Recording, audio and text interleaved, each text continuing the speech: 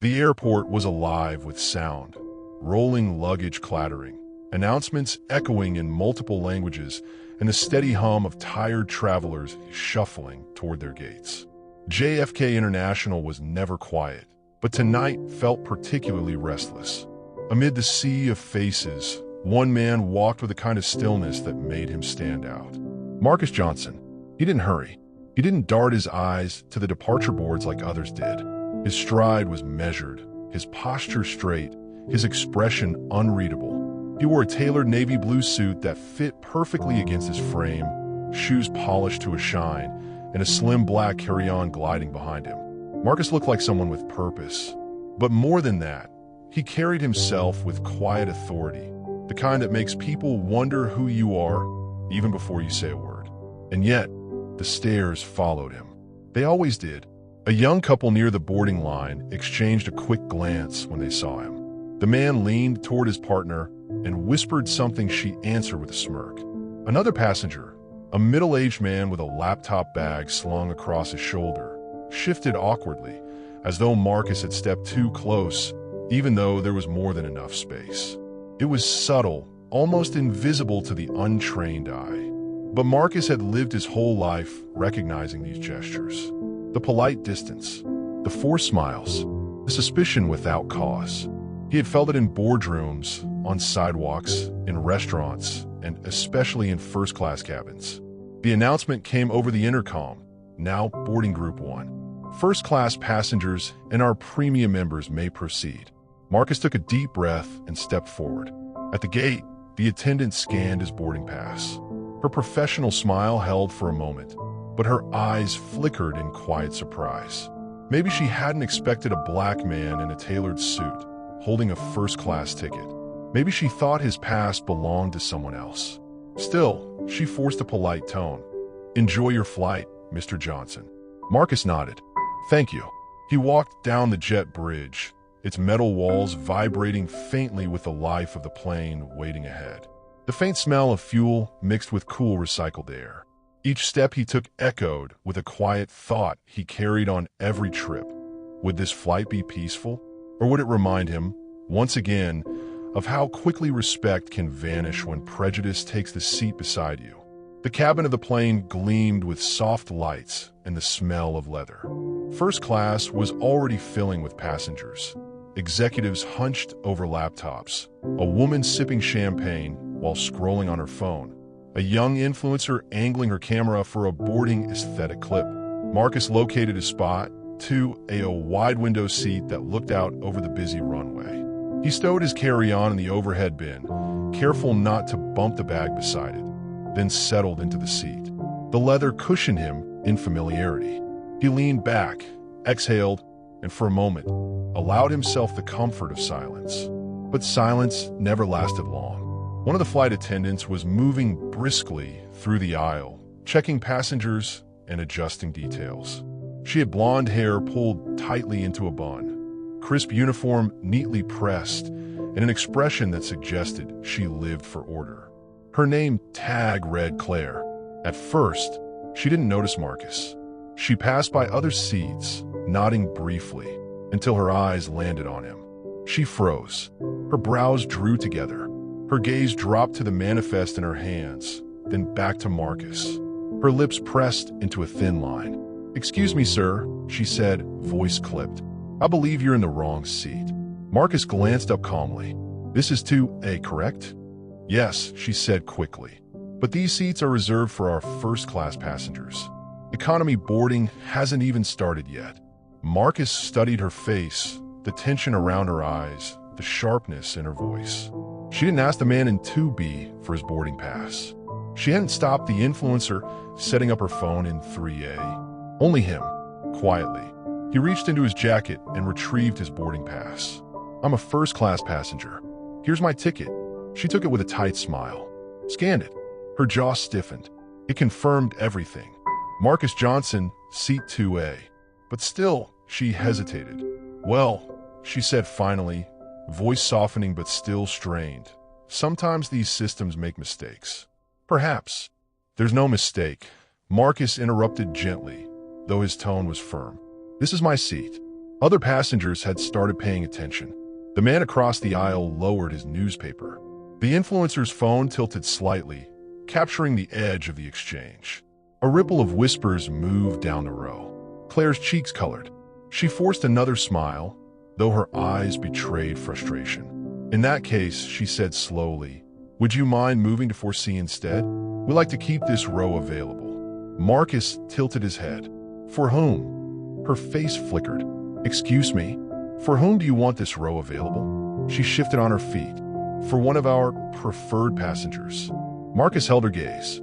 His voice was calm, but the steel in his tone was undeniable. "And I'm not one of them?" Silence. A silence heavy enough for everyone in earshot to feel. Marcus sat perfectly still, heart steady but mind racing. He thought of the dozens of times this same scenario had played out in different forms. The mall security guard trailing him through the store. The hotel clerk who assumed he couldn't afford the suite. The customs officer who randomly pulled him aside for extra screening. It was always the same script. The same disbelief that a man like him could rightfully belong in the spaces he occupied. But tonight, Claire had no idea who she was speaking to. She didn't know that the man she was trying to shuffle quietly to the back was not just another passenger. He was the owner of the very airline she worked for. And soon, the entire plane would know. The silence that followed Claire's words felt heavier than the roar of jet engines. Passengers shifted in their seats, some pretending not to notice, others staring openly. In first class, silence was a rare thing, usually filled with quiet conversation, the click of laptop keys, the clinking of glasses. But now, that quiet was thick with unspoken judgment. Marcus remained seated, his posture calm, his eyes steady on the flight attendant who stood before him. He was used to these moments, but being used to them didn't make them hurt any less. He thought of his grandmother's voice, her words echoing across the years. "Baby, the world will test you 1,000 times. Some days you want to fight. Some days you want to give up. But the strongest fight is to keep your dignity, even when they try to strip it away." Marcus took a slow breath. He wasn't going to be moved, not from his seat and not from his dignity. Claire, however, wasn't finished. Her forced smile faltered as the silence stretched. "Sir," she began again, lowering her voice as if that would soften her words. "It would really help us out if you could move. This row is often reserved for, well, let's just say we have certain guests who—" Her sentence trailed off, but the meaning hung in the air. "Certain guests." Marcus didn't flinch. "I paid for this seat," he said plainly. 2A. That's my name on the ticket." Her lips tightened. "Of course," she said, though her tone suggested the opposite. She leaned slightly closer. "Look, I'm just trying to avoid complications here. If you move to 4C, I'll make sure you're comfortable." The word stung, not because of what she said, but because of what she implied. Comfortable. As if his very presence in the second row of first class was a problem that needed managing. The man across the aisle, the one who had lowered his newspaper earlier, cleared his throat. "Excuse me," he said suddenly. His voice carried a kind of authority that demanded attention. "The gentleman showed you his ticket. It says 2A. That's his seat. Why are you pressing the issue?" Claire turned, startled. "Sir, I'm simply following protocol." "Protocol?" The man cut in, raising an eyebrow. "I fly with this airline every month. Never once have I seen a passenger asked to vacate a seat they rightfully paid for. Unless, of course," he trailed off, his eyes narrowing slightly. "Unless, of course, it was about something else." Claire stiffened. "Sir, please mind your own." But the cabin was listening now. Conversations had died down. Even the influencer in 3A had stopped recording her travel vlog and was now whispering to her phone camera about what was unfolding just 2 rows ahead. Marcus felt dozens of eyes on him. He hated that feeling, the spotlight, the suspicion, the judgment that came even when he'd done nothing wrong. But something inside him also burned, not with shame, but with quiet defiance. He leaned back in his seat, folding his hands together. "I'm not moving," he said, his voice low but steady enough for those nearby to hear. Claire blinked. "Excuse me," I said. Marcus repeated slowly, "I'm not moving. My ticket says 2A. I'll remain in 2A. For a brief second, her composure cracked. Her jaw clenched, her nostrils flared. She wasn't used to being challenged, certainly not by a man like him. She straightened, forcing authority into her voice. "Sir, I am a member of this flight crew. If you don't comply, I'll have no choice but to escalate this matter." Marcus tilted his head. His calmness was almost unnerving. "By all means," he said. The murmurs swelled. Passengers exchanged wide-eyed glances. A man a few rows back muttered under his breath, "Unbelievable." Another whispered to his partner, "Why doesn't she just let him sit?" He showed the ticket. Claire hesitated, torn between saving face and asserting control. Her eyes darted toward the galley, where another attendant peeked out nervously, clearly aware of the situation. Finally, she huffed, "Fine, sit where you want, but don't say I didn't warn you." She spun on her heel and stormed back toward the front of the cabin, her polished shoes clacking sharply against the carpet. Marcus exhaled slowly. He knew this wasn't over. He had seen it in her eyes. She wasn't just embarrassed. She was furious. And furious people rarely let things go quietly. He looked out the window, past the glowing runway lights, past the reflection of his own face. He thought about the irony.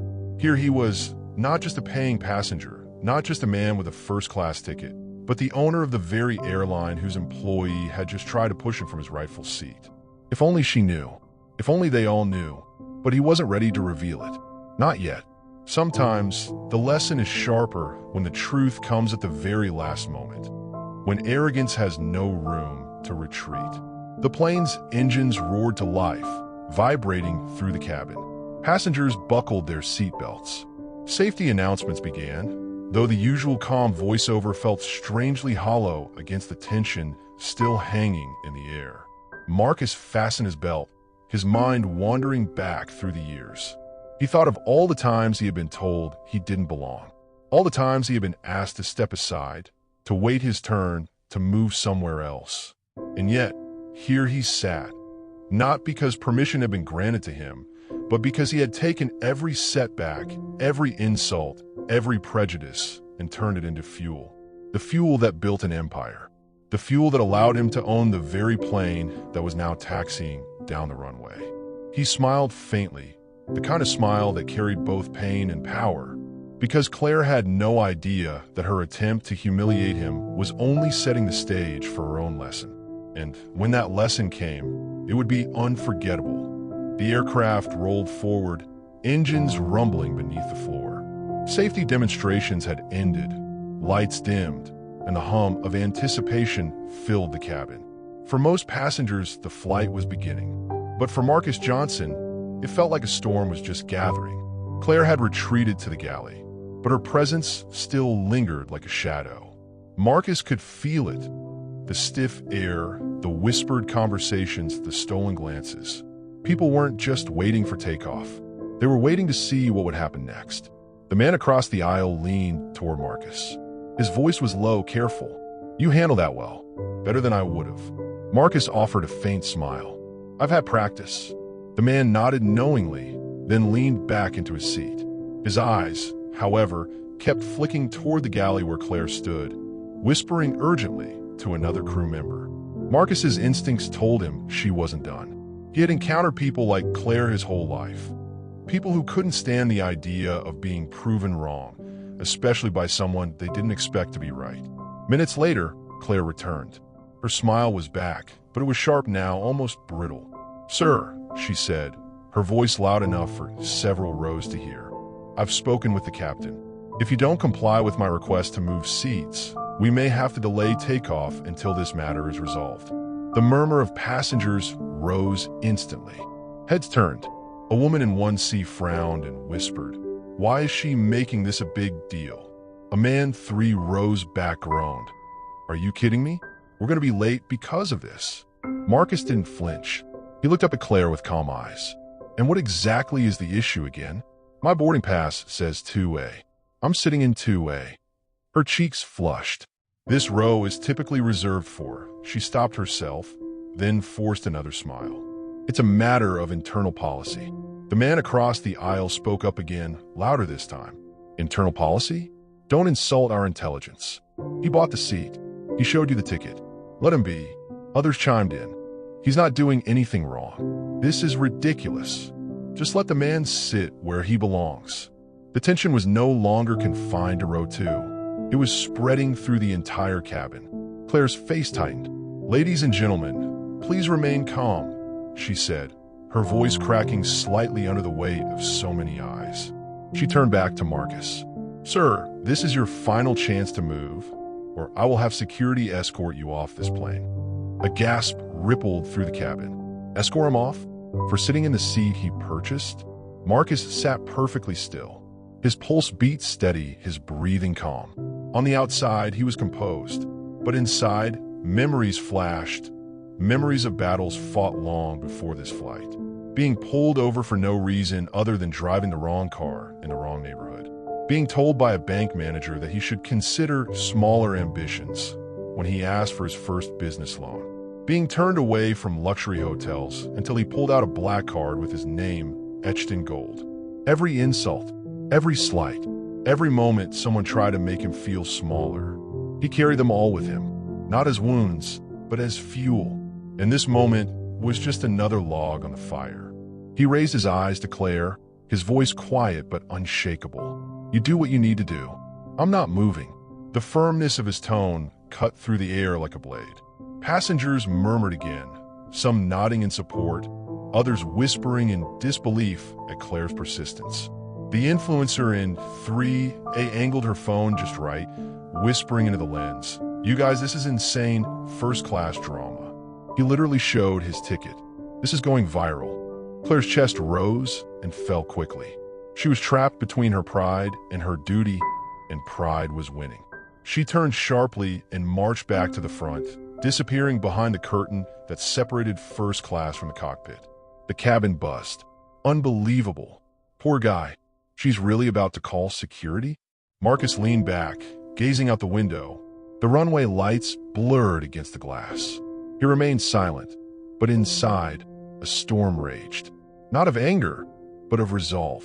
He could end the charade right now. He could stand up, reveal the truth, and watch the shock wash over her face. He could remind everyone on board that he wasn't just a passenger, but the man who signed the checks that kept this airline in the sky. But not yet. The lesson had to land harder than that. Sometimes, people needed to dig their own grave of arrogance before the truth buried them in it. And Claire, she was digging fast. Moments later, the curtain rustled. Claire reappeared, this time with another attendant beside her. But before she could speak, the captain's voice boomed over the intercom. "Ladies and gentlemen, this is your captain speaking.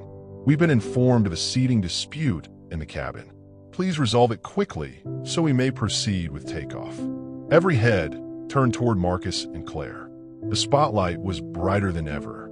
Marcus exhaled once, slow and steady. His grandmother's words echoed again. "Hold your dignity, baby. Let them see who you are without you saying a word." So he said nothing. He simply stayed seated. And as the silence stretched, as the passengers watched, as Claire's frustration reached a breaking point, the stage was set. Because soon, the truth would come out. And when it did, it wouldn't just humble her. It would shake everyone on that plane. The curtain to the galley swayed, then stilled. For several long minutes, Claire didn't reappear. The cabin buzzed with low conversation, the way a courtroom hums after a stunning verdict. Passengers leaned across aisles, whispering. Some shook their heads, others clutched at the edges of their blankets, still processing what they had just seen. And Marcus? Marcus sat motionless, hands resting on his knees, as though carved from stone. He wasn't waiting for her. He didn't need to, but she was coming back. She had no choice. At last, the curtain parted. Claire stepped out, her posture stiff, her uniform immaculate, but her eyes betrayed her. They were rimmed red, her confidence fraying at the edges. She took slow steps down the aisle, her polished shoes clicking softly against the carpet. Each step was a battle, each breath heavier than the last. The passengers tracked her every move, their gazes sharp, unforgiving. Finally, she stopped in front of Marcus. Her throat tightened as she opened her mouth. "Mr. Johnson," she began, her voice trembling against the steady hum of the engines. I owe you an apology." The words hung there, fragile and small. Marcus turned his head, meeting her eyes. His expression was unreadable. Neither anger nor forgiveness. Just stillness. "Do you?" he asked quietly. A ripple of surprise coursed through the cabin. It wasn't the response anyone expected. Claire swallowed hard. "Yes, I misjudged you. I made assumptions that were rooted in what you saw," Marcus interrupted, his tone even. "Not who I am." The sentence cut sharper than any raised voice could. Claire looked down at her shoes, her lips parting, but no words coming out. Marcus's voice carried now, not loud, but strong enough for the surrounding rows to hear. "You thought the seat didn't belong to me. You thought I didn't belong here. And why? Because of the color of my skin? Because of what you assumed when you looked at me?" Claire blinked rapidly, her eyes glistening. Marcus didn't flinch. That assumption didn't just disrespect me. It disrespected every passenger who trusts your airline to treat them fairly. Every person who pays for a seat and expects dignity. And it disrespected the uniform you wear. The passengers nodded, murmurs of agreement rippling softly around them. Marcus leaned back slightly, his gaze still locked on her. "I could fire you with one phone call. Right now. In your career, before we even land. But that's not the lesson here." A hush fell so deep, you could hear the click of a seatbelt 2 rows back. "The lesson," Marcus continued, "is this: never assume someone's worth. Never judge by appearances, because one day, your prejudice will blind you to the truth. And the truth will always catch up." His words weren't harsh, but they struck harder than any reprimand. They landed in the chest, where shame lives, where self-reflection burns. Claire nodded faintly, her voice a whisper. "You're right." Her admission was small, almost swallowed by the cabin noise, but everyone heard it. Everyone felt it. Marcus offered her nothing more. No smile, no absolution. Just silence. Because sometimes silence is heavier than words. The businessman in 1B leaned closer to his wife. "This is going to stick with her for the rest of her life," he muttered. His wife nodded. "And with all of us." Because they weren't just watching a man defend his dignity. They were witnessing a mirror held up to society, high and clear, forcing everyone to ask themselves the uncomfortable question: when have I judged too quickly? When have I assumed? The engines droned on, steady as ever. But inside that cabin, something had shifted. Something irreversible. Claire finally stepped back, her hands trembling, and disappeared again behind the curtain. This time, no one looked away. Everyone had seen. Everyone had learned. And Marcus? He returned his gaze to the window, the stars above and the earth below whispering a truth older than any airline, any job, any prejudice. Respect is not a privilege. It is a right. The hours crept by, but the cabin never quite settled. Conversations were hushed, glances stolen, thoughts heavy.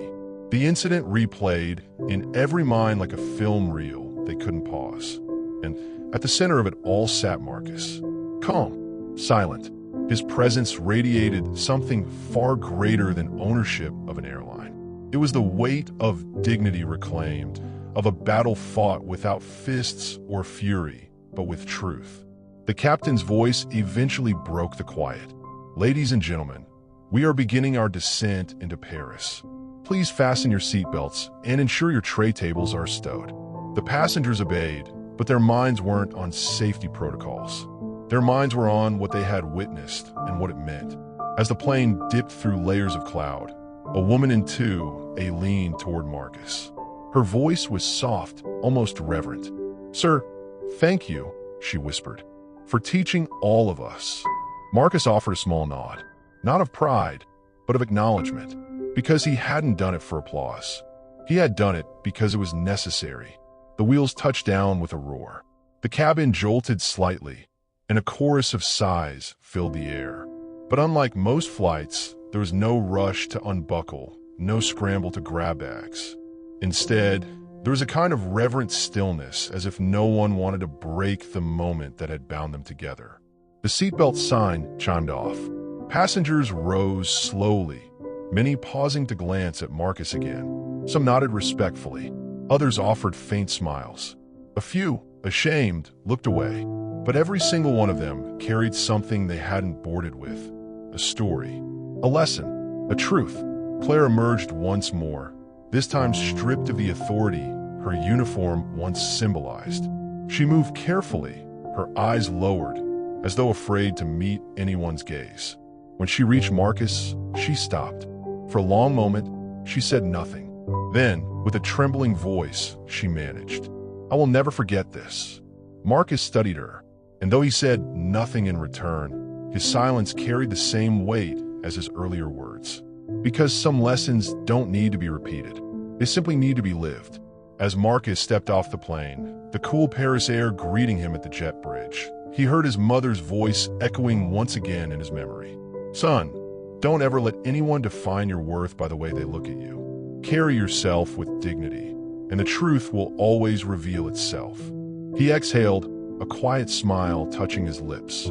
She'd been right all along, and tonight, in the most unexpected of places, 30,000 feet above the earth, her wisdom had taken flight once more.